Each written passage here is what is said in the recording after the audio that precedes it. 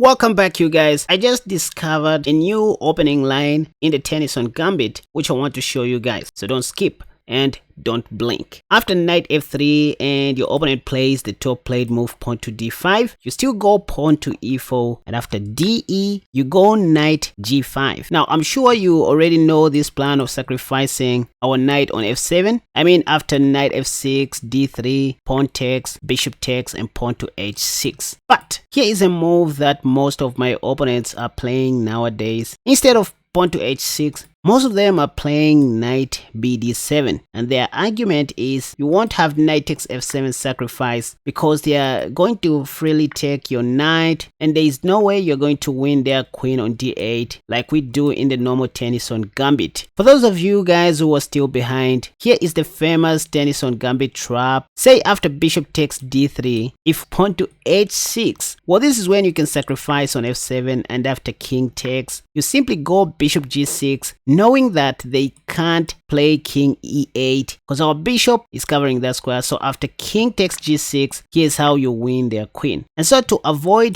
this line, most of my opponents are playing knight bd7, shielding their queen before playing pawn to h6. So what I recommend here is to leave your knight on g5. Why? Because we're still waiting for pawn to h6 anyways. So here you can just go ahead and castle short. Now see what is happening in the Lichess database once again, you guys. Again, pawn to h6 is the top played move in this position. So after your opponent plays pawn to h6, I want to ask you a simple question. What do you do in this position? Or let me just say, find the best move in this position that wins the game on the spot. I give you 4 seconds. Let's go.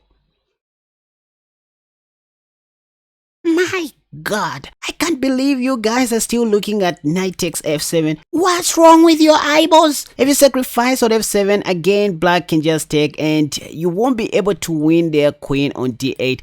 The move in this position, ladies and gentlemen, is knight e6, which wins black's queen on the spot. And here, black should resign. Say, what if they play f takes e6? Well, this invites bishop g6 checkmate. In fact, to annoy my opponent, what I can do here is to sacrifice my queen first. And after knight takes, I go bishop g6 check, because I don't listen. Anyway, so in this position, you are guaranteed to win black's queen. Where did I steal this idea from? Well, there is this line in the Sicilian defense where you begin with e4, and after pawn to c5, you go knight f3. The moment black plays d6, you forget about pawn to d4. The move I recommended in one of my old videos was knight g5, a dubious looking move. And the whole idea is to test black's patience. If black plays pawn to h6 because they are not comfortable with your knight sitting on g5, this is when you surprise them with this bishop check. And the moment black plays the top played move, bishop d7,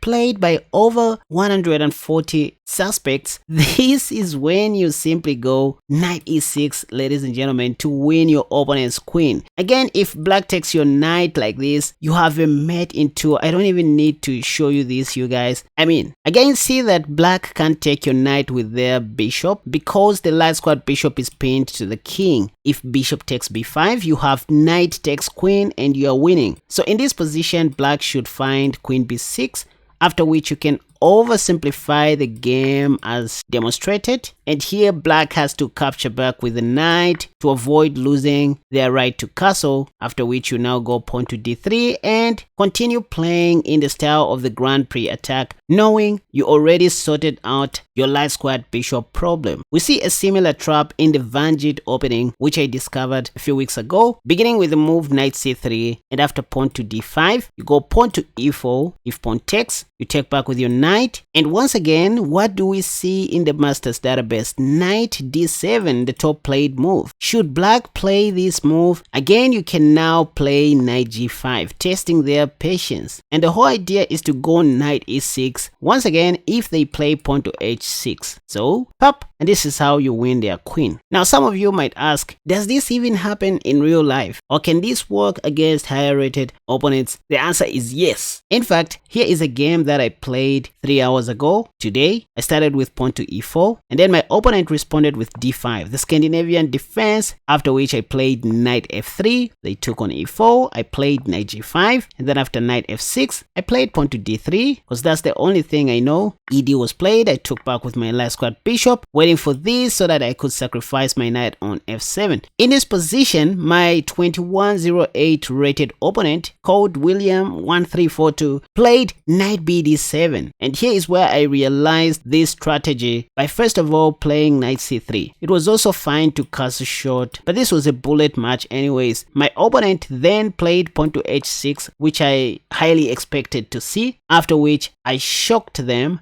with a move knight e6. So you always want your opponent to make this blunder so that you can have this checkmate possibility. At this point, my opponent took on e6, after which I delivered this beautiful checkmate. Anyway, now after you take back on d3 with your last squad bishop, say black doesn't play knight bd7.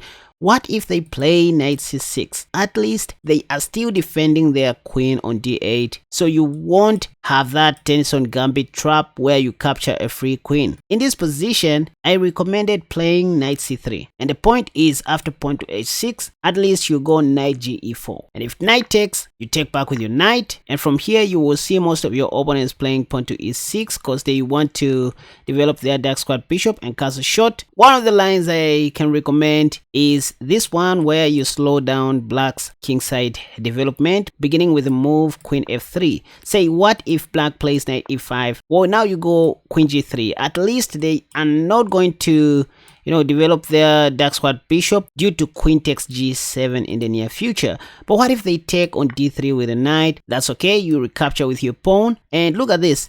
They won't be able to play bishop e7 due to queen takes g7. Oh, they have bishop b4 check. But see, here you can just play knight c3 and still they have a question to answer. They can't castle short because you have bishop takes h6. If they take, well and good, you are controlling the center with your c pawn and your d pawn. If they play queen d4, defending the g7 pawn and also putting pressure on your c3 knight, well, you can just castle short. This is the beauty. If they take, it means they don't really know what they are doing because you can just take back, and after queen takes, you go rook b1. You just have so many open lines and you're going to capture back those pawns. Say queen f6, because what else? Here, instead of playing bishop b2, you can even play bishop a3, completely stopping them from castling short. Look at their king, which is still on the center of the board.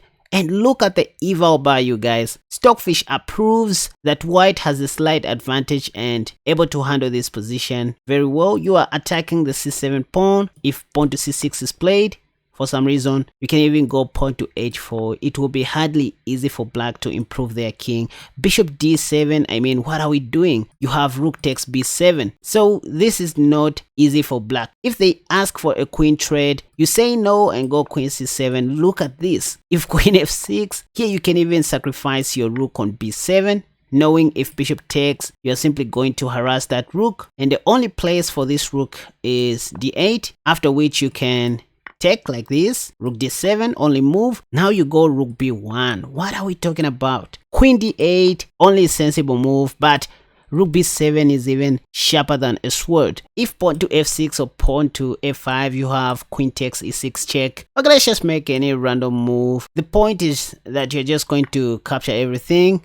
Say pawn to g6, you have rook a8, winning the queen. So this is one line I recommend. If black plays knight c6 instead of knight bd7, you just go knight c3 and then oversimplify the game like that. If pawn to e6, you simply develop your queen, inviting knight e5 so that you put your queen on g3, attacking this. And you're going to have an active game. Right, now time for you to go and check out my new e5 defense course, which I have also linked in the comment section down below. And I'm glad to say so far it has received a lot of attention and people are getting it like crazy. So it's an opening response that you try against white's e4 opening. You're going to learn how to play against the Scotch, the Royal Pace, the Bishop's opening, 3 Knights opening, the 4 Knights game, the Vienna game, even the Italian game. So it's the complete e5 defense course that I just launched with my team. You better go and check it out. Thank you so much for watching this video. Until next time, have a wonderful day. Bye bye.